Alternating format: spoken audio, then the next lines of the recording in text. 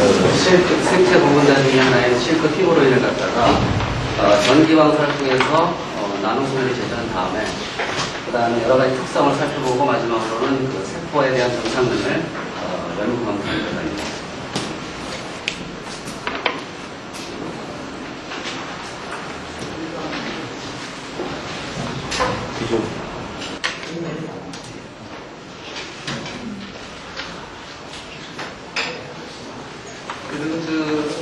요새 최근에 나노섬유를 제조하는 방법의 하나로서 전기방사라는 방식이 굉장히 유행을 하고 있는데, 그 원리를 간단히 말씀을 드리면, 지금 주사기 같은 형태에다가 고분자 용액이나 고분자 용용물을 담아가지고, 거기서 그 주사바늘 끝에서 형성되는 그 액적에 보전압의 어떤 전기장을 가해줘가지고, 그 액적에서 형성되는 어떤 그 표면 장염을 이길 만한 그런 그 전기장을 가해서 표면에 형성되는 차지 간의 어떤 반발력 그런 거를 키워서 결국 이 액적을 분사를 시켜서 여러 가닥으로 분사를 시켜서 아주 미세한 백색 섬유를 형성하는 과정이 되겠습니다.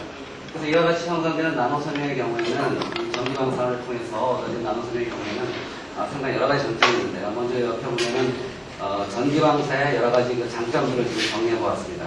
먼저 첫 번째, 전기방사를 통해서 얻어지는 섬유는 나노 스케일의 그런 섬유가 얻어진다. 그래서 이게 섬유가 상당히 가늘기 때문에 따라서 그 높은 아주 큰 비표면적을 갖게 됩니다. 그래서 이런 것이 상당히 큰 장점으로 작용을 하고요. 그 다음에 이 전기방사 방식은 원리적으로 볼 때는 거의 모든 부분자의 경우에 다 적용할 수 있는 그러한 상당히 포괄적인 그러한 개념의 방사가 되겠습니다. 상당히 간단하고요. 경제적이라고 할 수 있고. 마지막으로 이제 예를 들어서 어떤 그 새로운 그 고분자가 합성이 됐든가 하면은 아주 미량의 치료로도 우리가 이와 같이 나노섬유를 제조할 수 있는 그러한 미세 공정 기술에 속한다고 할 수가 있습니다. 그래서 이와 같은 전기방사가 갖고 있는 여러 다양한 장점들을 활용을 해가지고 여러 가지 연구들이 검토되고 있고 또 응용도 지금 시도되고 있는 것으로 알려져 있습니다.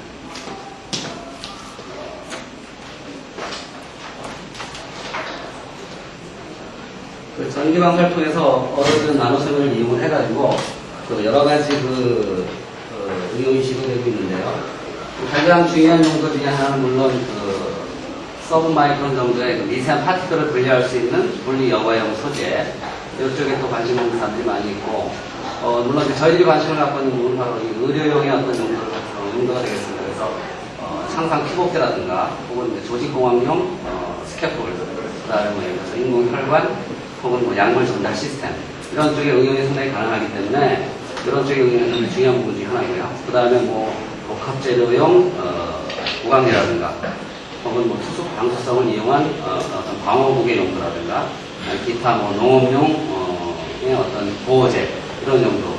더불어 말씀드리면 나노섬유가 상당히 높은 비표면적을 갖고 있기 때문에 예를 들어서 센서 종류 혹은 고효율의 어떤 촉매, 기재 이런 쪽으로도 응용이 검토되고 있는 것으로 알려져 있습니다. 그래서 저희들은 이쪽에 좀 관심을 갖고 기초 연구로서 수행한 결과의 일부를 말씀드리겠습니다.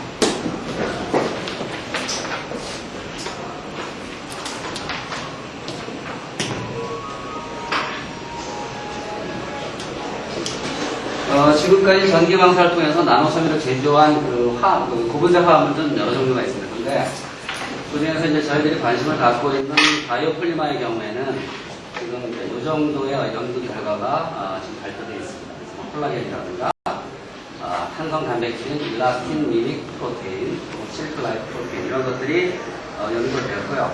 특히 저희들이 연구했던 실크의 경우에는 1998년에 폴리머 필리핀스의 기초 연구 결과가 발표된 바가 있습니다. 그래서 그때 그 실크에 대해서 사용한 솔벤트는 HFIP였었는데 이 논문이 갖고 있는 이 초록에서 나타난 결과가 갖고 있는 단점은 일단 그 사용한 솔벤트가 상당히 고가고요. 그 다음에 이 실크를 녹이기 위해서 이 솔벤트를 사용해서 실크를 녹이기 위해서 약 6개월의 시간이 걸렸다는 그런 녹이기에 상당히 힘들었다는 그런 결과가 보고되어 있습니다. 그리고 상당히 그림이 한두 장 포함되어 있는 그런 짧은 결과이기 때문에 저희들은 이 실크를 그대로 사용을 하고 그 다음에 솔벤트 시스템을 바꾸고 좀 더 체계적인 연구를 한번 해보자 해서 연구를 시작하게 됐습니다.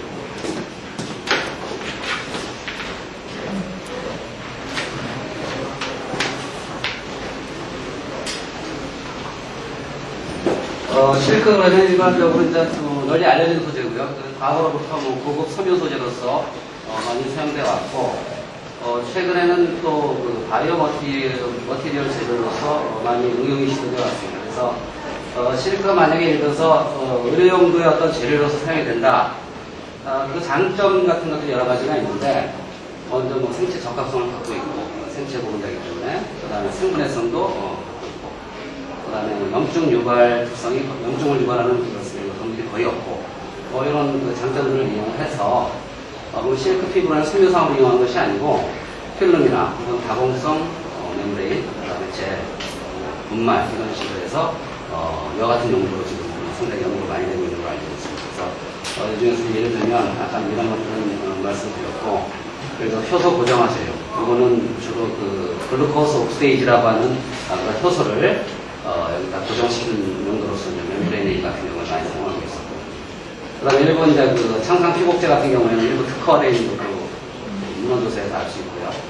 그 다음에 마찬가지로 셀 컬처용 매트릭스, 스캐폴드 쪽. 그 다음에 뭐 항혈전성 치료.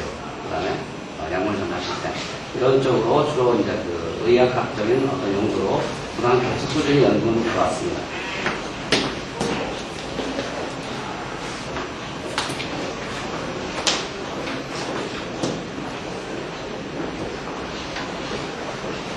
지금 왼쪽에 있는 그림을 보시면은 천연에서 얻어지는 로우 실크의 단면 사진을 지금 제시하는데요. 천연에서 얻어지는 로우 실크의 경우에는 크게 두 가지 성분으로 이루어져 있습니다. 지금 안쪽, 두 가닥의 안쪽을 구성하고 있는 것이 실크 피부로인 성분이고, 그 외층을 갖다가 덮고 있는 것이 실크 세레신 성분입니다. 그래서 보통 특별한 용도를 제외하고는 우리가 세레신을 갖다가 비누 수용액으로 가열만 하면 쉽게 제거가 되니까, 그래서 일반적으로 뭐 의료용이라든가 아니면 기타 다른 용도로 사용할 때도 세레신을 보통 일반적으로 제거를 한 다음에 그다음에 피부로인만 추출해서 사용을 하게 되는데, 보통 로우 실크의 경우에는 실크 피부로인이 뭐 종류에 따라서 약간 차이는 나지만 75% 정도의 중요한 퍼센트를 갖고 있습니다. 그래서 나머지는 제거하고 사용을 하게 되고요. 그 다음에 이 지금 오른쪽에 표가 좀 아미노산 구성 성분을 지금 제시해봤는데, 여기서 이제 실크 피부로인하고 그 다음에 세리신, 아미노산 조성의 차이를 지금 이제 수치로서 나타내고 있습니다. 여기서 이제 파랗게 표시되어 있는 부분을 보시면, 실크 피부로인의 경우에는 아미노산의 조성이 가장 간단한 구조의 칩세를 갖고 있는 글리신이나 알라닌이 거의 한 4분의 3, 약 75% 정도를 함유하고 있는 아주 간단한 주로 이제 소수성의 성질을 갖고 있는 그러한 단백질의 종류라는 것을 알 수 있고요. 그 다음에 이제 세레신의 경우에는 셀이 약 40% 가까이 포함되어 있는 그런 갖고 있습니다. 따라서 요 지금 실크 피부로인이 갖고 있는 아미노산 조성상의 특징은 가장 간단한 아미노산 두 가지가 약 75% 정도를 차지하고 있다. 이런 것이 그 특징이 되고요.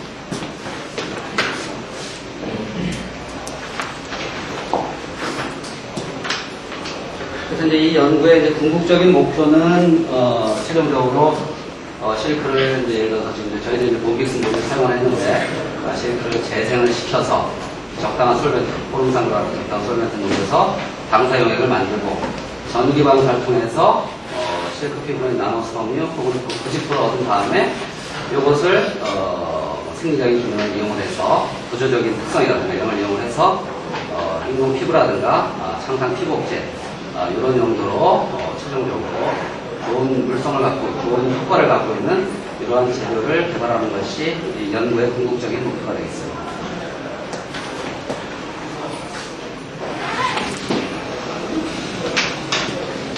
그래서 이제 실험 과정은 간단하게 여기 구체적인 조건이 제시가 되어 있고요. 그래서 이제 실크를 갖다가 정렬을 하고 그다음에 그로부터 실크 피부로인 수용액을 얻고 요거를 이제 사용된 용매가 염 종류가 들어가기 때문에 염의 이온들을 제거하기 위해서 셀룰로즈 투성하고 투성을 시키고 그다음에 동결 건조해서 스펀지 상태의 실을 얻고 그거를 이제 방사용액을 만들기 위해서 솔벤트로 포름산을 사용했습니다. 포름산을 사용한 이유는 실크 피브로인의 경우에 물에도 녹긴 녹는데 물 같은 경우에는 솔벤트가 아니기 때문에 고농도의 용액을 만들기 힘듭니다. 그래서 프롬산이 훨씬 더 솔베이션 파워가 크기 때문에 이거를 사용을 해서 솔벤트 솔루션을 만들었고요. 그거를 이제 이런 조건으로 전기방사에서 나노섬을 만들고 이렇게 해서 이제 형성된 나노섬유의 경우에는 물에 녹기 때문에 이거를 이제 물에 대해서 용해성을 없애주기 위해서 메탄올 수용액으로 처리함으로써 결정화시켜서 불용화시키는 이런 작업을 후처리 공정으로서 시도했습니다.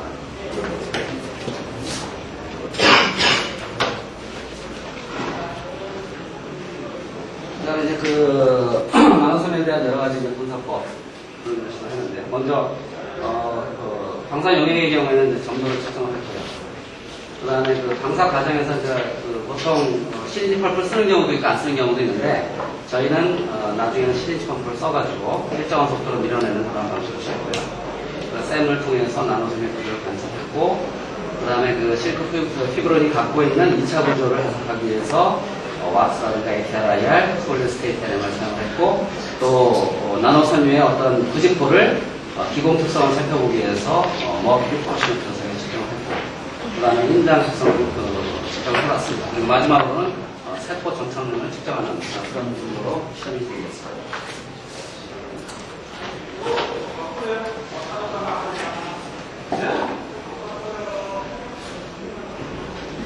결과물 고찰인데요.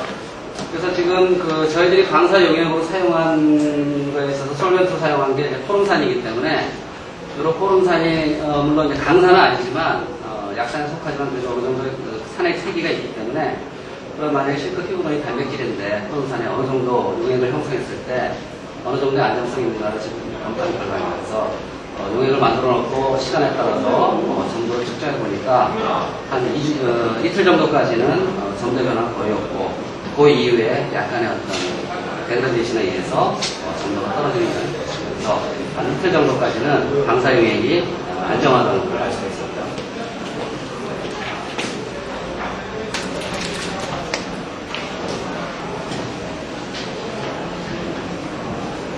그리고 이제 이 그림은 실크 피브로인 솔루션을 농도에 따라서 비스코시티가 어떻게 바뀌는가를 검토한 결과입니다. 그래서 보통 우리가 농도 대 점도의 그래프를 그리면 이와 같이 이제 급격히 상승하는 농도 이상을 찾게 되는데 이쪽 부분이 보통 우리가 얘기하기에 고분자들 간의 엔탱글먼트가 엉킴 현상이 많이 일어나서 많이 일어나는 쪽으로 우리가 생각하고 있어요. 그래서 이쪽에 어떤 농도의 효과를 보면 나노섬유가 형성되는데 엉킴 현상이 어느 정도 기여하느냐를 알 수가 있어서 이렇게 농도에 따라서 여러 가지 농도를 정해서 방사를 한번 해봤습니다. 방사를 해보니까 지금 이와 같은 결과가 오는데요. 3%부터 15%까지 방사를 했습니다. 지금 보시면 3% 같은 경우에 농도가 너무 작아서 점도가 너무 묽어서 파티클 상태로 떨어지는 걸 수가 있어요. 섬유 형성이 전혀 없고 6% 같은 경우에는 대부분이 다 비드 상태고 파티클 상태고 그 다음에 일부 섬유가 형성되는 그런 기운을 보여주고 있고 9%인 경우에는 비드하고 파이버하고 같이 섞여져 있는 이와 같은 비디드 파이버 형태의 모폴로지를 관찰할 수 있었고 그 다음에 12%로 넘어가니까 비드가 거의 없는 연속적인 섬유상을 잘 형성하는 걸 알 수가 있어요. 그러니까 이거보다 또 농도가 좀 더 높아진 15%의 경우에는 마찬가지로 섬유가 잘 형성이 되어 있는데 섬유의 굵기가 좀 더 굵어진 현상을 관찰할 수 있었습니다. 따라서 일단 이와 같은 결과를 볼 때 나노섬유를 형성하는 데 있어서 점도가 상당히 중요한 역할을 한다. 왜냐하면 엔탱글먼트가 어느 정도 있어야 분사가 될 때, 나노섬유가 형성이 될 때 섬유상을 볼 수가 있고 그 다음에 또 농도가 너무 높으면 나노섬유의 굵기가 굵어지기 때문에 그것도 또 용도에 따라서는 단점으로 작용할 수 있기 때문에 따라서 적당한 어떤 농도를 갖고 있는 그러한 도성에서 전기방사를 시도하는 것이 좋다는 걸 알 수가 있었고요. 그 다음에 예비 실험으로 이제 여러 가지 공정 인자에 대해서 연구 결과를 정리해봤습니다. 그래서 가해주는 전압을 어느 정도 전압을 바꿔가면서 그 다음에 방사 거리를 바꿔가면서 그 다음에 주사 바늘에 굵기를 변화시켜가면서 이렇게 했더니 농도의 영향이 섬유 직경에 미친 영향이 가장 컸고 나머지 그 실험적인 인자들은 거의 영향이 없는 걸로 저희는 판단했습니다. 따라서 농도가 역시 가장 섬유, 붉기나 이런 쪽에 가장 큰 영향을 미치는구나. 이거는 뭐 많이 알려져 있는 거고요. 요거는 이제 저희들이 여러 가지 그 실험 조건을 바꿔가면서 했을 때 가장 최적의 조건이라고 생각한 데서 그 얻어진 실크 피브로인 나노섬유의 센사진하고의 그다음에 그거의 직경의 분포, 그다음 평균 직경을 지금 표시해놓은 것이 되겠습니다. 요즘 보시면 여기에 평균 직경이 80나노미터, 그러니까 100나노미터 훨씬 넘으시는 아주 소국세 섬유가 얻어졌고요. 그다음 분포를 보시면은 30나노미터에서 120나노미터 정도의 분포가 그렇게 크지 않은 그러한 나노섬유를 얻을 수 있었다.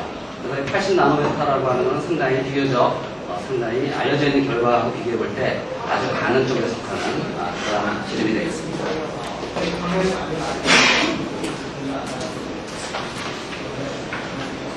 그다음에 아까 그 실험 과정에서 어떤 말씀을 드렸냐면은 그 실크 피브로인 나노섬유를 만들어지면 그게 이제 수용액이 높게 됩니다. 물에 높기 때문에 그거를 메탄올 처리해가지고 수부령성을 갖다가 부여하게 되는데 그 수부령화하는 거는 이제 그게 이제 결정화가 일어나는 과정 때문에 이제 수부령화가 일어나게 됩니다. 따라서 그 결정하는 과정이 이게 이제 SF가 실크 피브로인 프로테인이기 때문에 그 2차 구조의 변화가 이제 일어나게 되는데 그거를 이제 구조 분석을 ATR, IR로 이제 검사한 결과가 되겠습니다. 보시면 에즈스펀, 방사된 직후의 나노파이버의 경우에는 그렇고요. 그 다음에 메탄올 처리 10분, 60분을 하고 이제 비교를 해봤는데 여기 지금 보시면은 에즈스펀의 경우에는 1651카이저하고 1528카이저에서 특성 피크를 보이겠습니다. 요거는 어떻게 알려졌냐면 전형적인 랜덤 코일의 그런 랜덤 코일의 컨퍼메이션이라고 알려져 있고 그것이 이제 메탄올 처리가 일어나면서 1623하고 1515 부분으로 피크가 이동하는 걸 볼 수가 있죠. 요거는 뭐냐면 요게 바로 이제 전형적인 베타 슈트 구조의 컨퍼메이션에 해당하는 스피드가 되겠습니다. 그래서 이 결과를 딱 놓고 보면 우리가 어떻게 결론을 낼 수가 있냐면 전기 방사된 SF 파이버가 나노섬유가 메탄올 처리 10분 이내에 벌써 구조적으로 베타 구조로 바뀐다. 마찬가지로 이와 같은 결과를 이제 뒷받침하기 위해서 X-ray 다이프렉션을 측정해봤습니다. 마찬가지로 에즈스펀의 경우에는 랜덤 코일에 대한 상당히 어떤 특별한 특성 피크를 보이지 않게 하면서 메탄올 처리 10분, 60분의 경우에는 지금 19.5세트에서 19.5에서 메인 피크, 나머지 16.3하고 20.3에서 마이너 피크들이 나타나는 것은 이것도 전형적인 베타 구조에 해당되는 그런 특성 피크로 알려져 있습니다. 앞의 결과와 잘 일치하는 그런 결과를 볼 수 있습니다.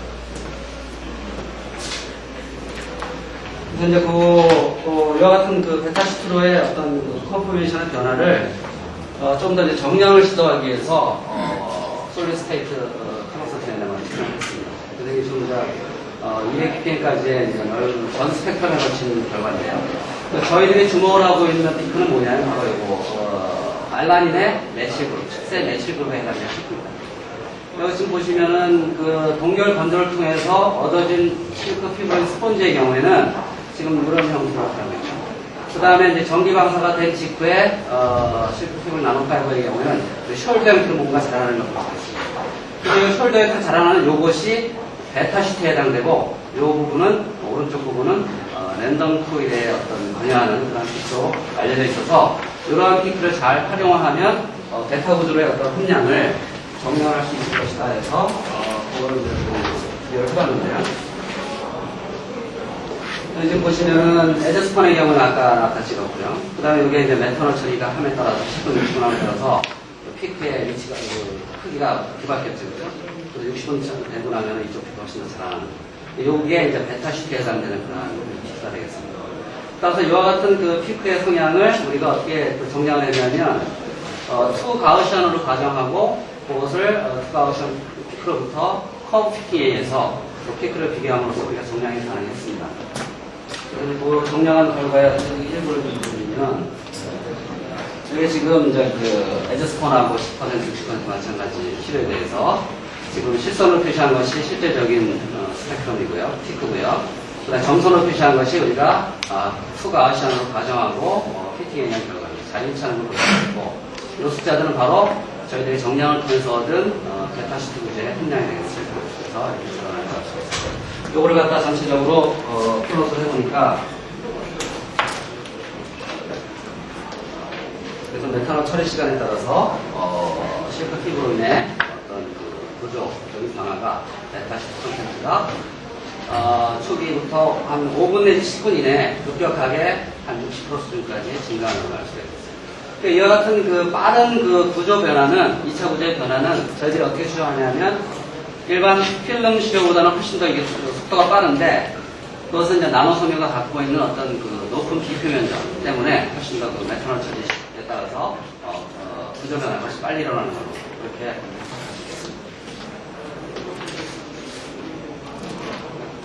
물론 그 실크 피브로인이 베타 구조를 형성하는 것은 뭐 널리 알려진 사실이고요.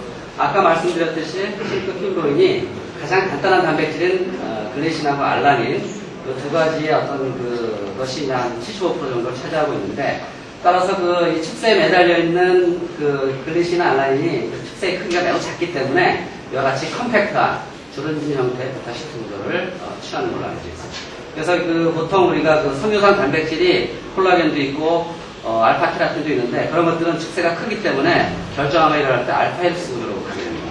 근데 이 경우에는 축세가 작기 때문에 그냥 이렇게 수소결합에서 컴팩트하게 결정암에 일어나는 그런 베타 구조를 특이적으로 실크 피브로인이 취하는 걸로 알려져 있습니다.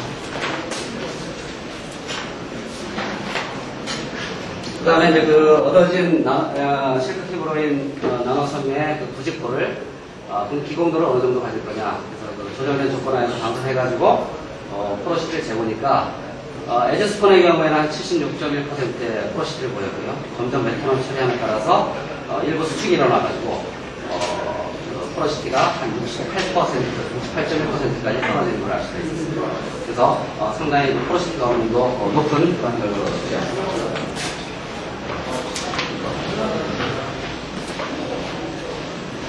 요거는 이제 그 구직포의 에즈스펀하고 메탄올 처리 60분에 대해서 기공의 사이즈의 분포를 지금 플롯한 것입니다. 상당히 그 기공의 크기가 고도하게 형성된 걸 알 수 있습니다. 그 다음에 에즈스펀의 경우에는 최대 기공의 크기가 220, 좀 넘는 그런 크기에서 메탄올 처리 60분 만에 190 정도의 크기로 줄어드는 약간의 어떤 수축이 일어나는 걸 볼 수가 있습니다.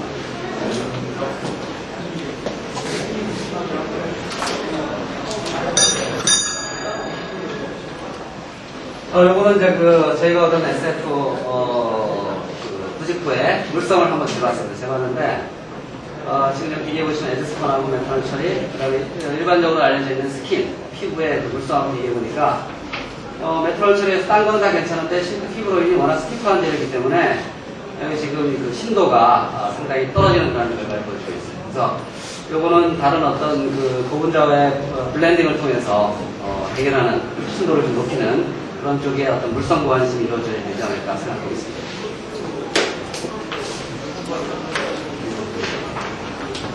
이제 마지막으로 이건 이제 그 실크 피브로인 나노파이버로 구성된 구직포의 세포 부착능을 실험한 결과가 되겠습니다. 그래서 보면은 지금 NHOK하고 NHEK라고 쓰여져 있는데, 요거는 구강 각화세포라고 하는 거고요. 요거는 피부 각화세포라고 하는 케라티노사이트라고 하는 그런 두 가지 세포에 대해서 점착능을 비교한 결과가 되겠습니다. 지금 여기 PS라고 표시한 거는 우리가 보통 세포 배양할 때 많이 쓰는 폴리스타이렌, DC에 표면층인데 폴리스타이렌이고요. 까맣게 표시된 부분이 실크 피브로인만의 어떤 실크 피브로인 구직포를 사용했을 때의 결과. 이런 지금 네 가지 실험은 알부민, 콜라겐 타입 1, 파이브로넥틴, 라미닌이라고 하는 그런 생리활성 단백질을 코팅해서 측정한 결과가 되겠습니다. 이걸 보시면 실크 피브로인 단독으로도 상당히 높은 세포 점착률을 보여주고 있고, 이러한 그 생리활성 단백질을 코팅을 하지 않더라도 아주 높은 그런 생체 세포 점착률을 보이는 것을 알 수가 있습니다. 그만큼 실크 피브로인이 세포 점착, 세포 어떤 중식에 상당히 좋은 그러한 재료라는 걸 알 수가 있고요. 이와 같이 높은 결과가 나타나는 건 저희들이 두 가지로 파악을 하고 있습니다. 첫 번째는 SF 자체가 워낙 그 스포츠나 생체 적합성이 있기 때문에 이런 결과를 보이고 있고, 또 나노섬유 자체가 나노섬유 자체가 우리가 보통 세포 외기질이라고 그러는데 그 엑스트라셀룰러 매트릭스를 구성하고 있는 콜라겐이 나노섬유로 이루어진 다발로 형성되어 있습니다. 그래서 그런 어떤 나노섬유 부직포가 갖고 있는 서피스의 어떤 특성, 표면 특성이 이와 같은 좋은 결과를 얻지 않았나 생각되고요. 요거는 이제 그 세포 점착력을 측정할 때 이게 오리지널 그 나노섬유 부직포고 세포가 점착돼서 시간별로 하루 3일 7일 스프레이 돼서 여러 가지 되는 것을 샘으로 측정을 부탁드리겠습니다.